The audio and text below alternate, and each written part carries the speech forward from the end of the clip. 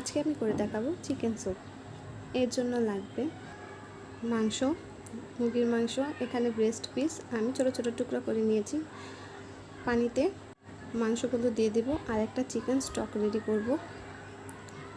তারপর এর মধ্যে দিয়ে দেব আদা রসুন দিয়ে চিকেন স্টকটা রেডি করব। এখন এর মধ্যে দিয়ে দেব পেঁয়াজ আর রসুন, দিয়ে দেব হালকা পরিমাণ তেল।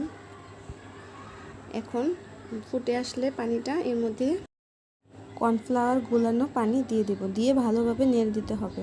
এরপর 2টা ডিম নিব, ডিম নিয়ে ভালোভাবে ফেটিয়ে নেব।